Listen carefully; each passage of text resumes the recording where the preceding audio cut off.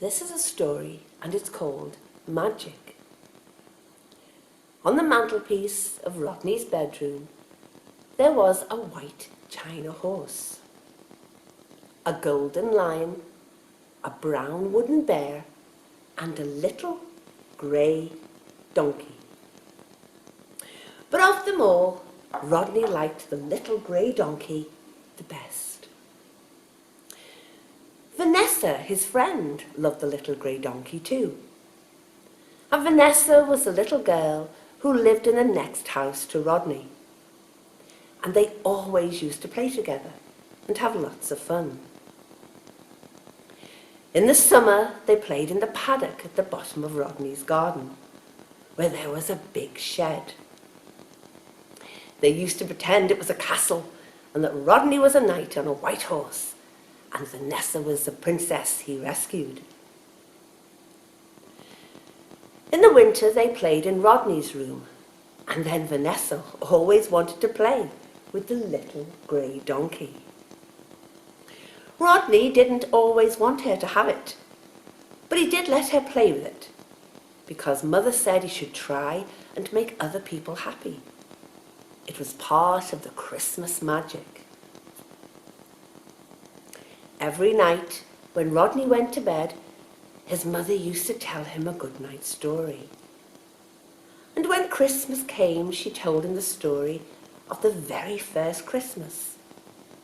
How Mary had ridden on a donkey to Bethlehem, where during the night Jesus was born. How the donkey she had ridden on must have seen the baby Jesus before even the shepherds or the wise men who brought him presents. "Do you think my little donkey is like Mary's donkey?" asked Rodney. "Perhaps he is just like him." "Perhaps he is," said his mother. "And now it's time I think your little donkey and a little boy named Rodney went to sleep." Rodney had been holding his little donkey all through the story. He was quite sure he was the donkey who first saw Jesus, and Rodney loved him more than ever. Now he put him carefully on the mantelpiece. Then just as he was taking his hand away, there came such a loud sound from outside that he jumped and nearly knocked the little donkey over.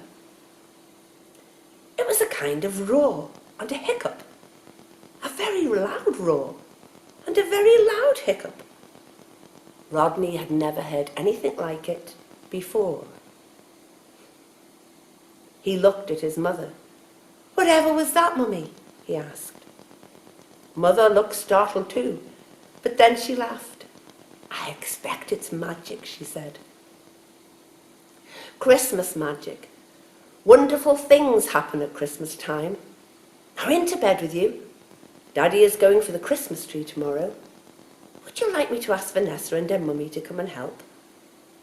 We can make paper chains and lanterns." "Oh yes, please, Mummy," said Rodney as he climbed into bed.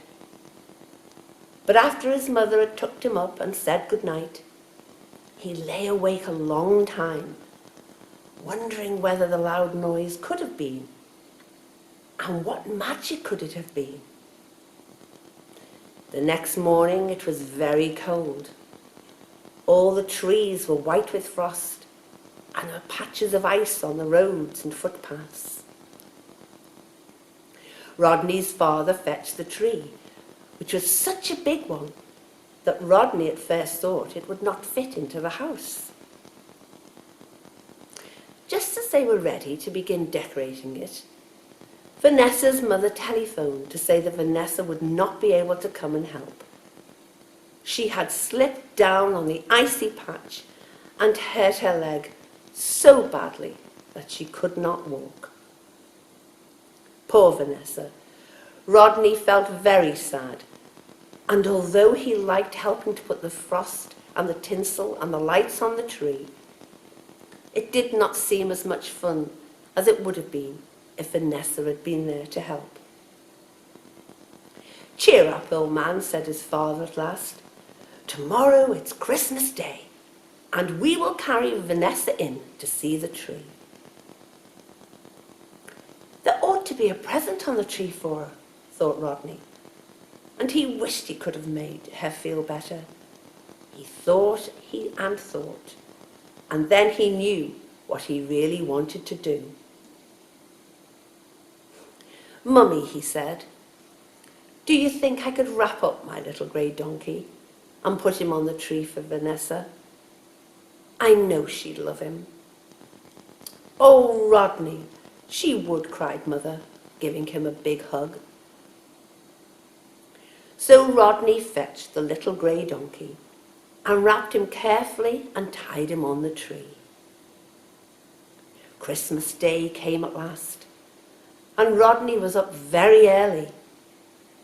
"Would you like to see what the tree looks like this morning?" said Mother, when Rodney had finished his breakfast.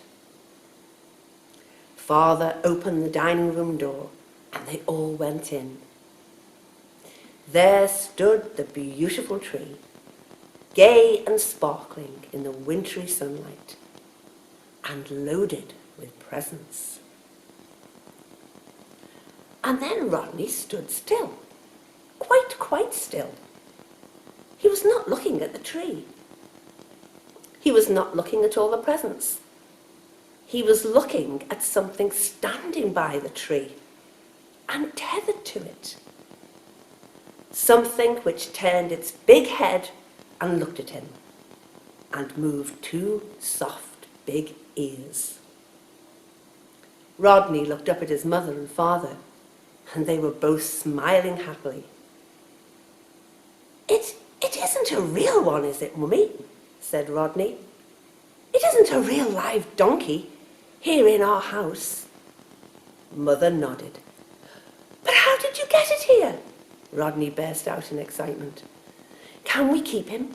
Can he stay?" "He can," said Father. "He can live in your shed in the paddock, and he's yours." "Mine," whispered Rodney. "But how did he get here into the house?"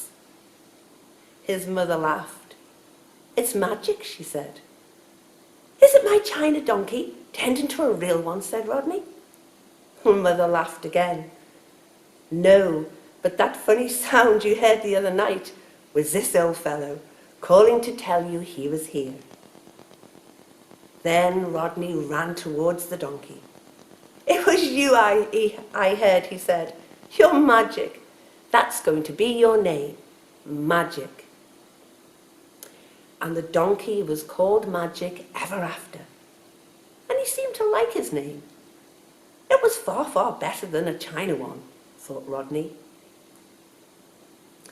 And even though he gave his little grey donkey to Vanessa, she wouldn't take it. All she wanted was to help Rodney with the precious real one called Magic. And of course Magic belonged to a famous line of donkeys.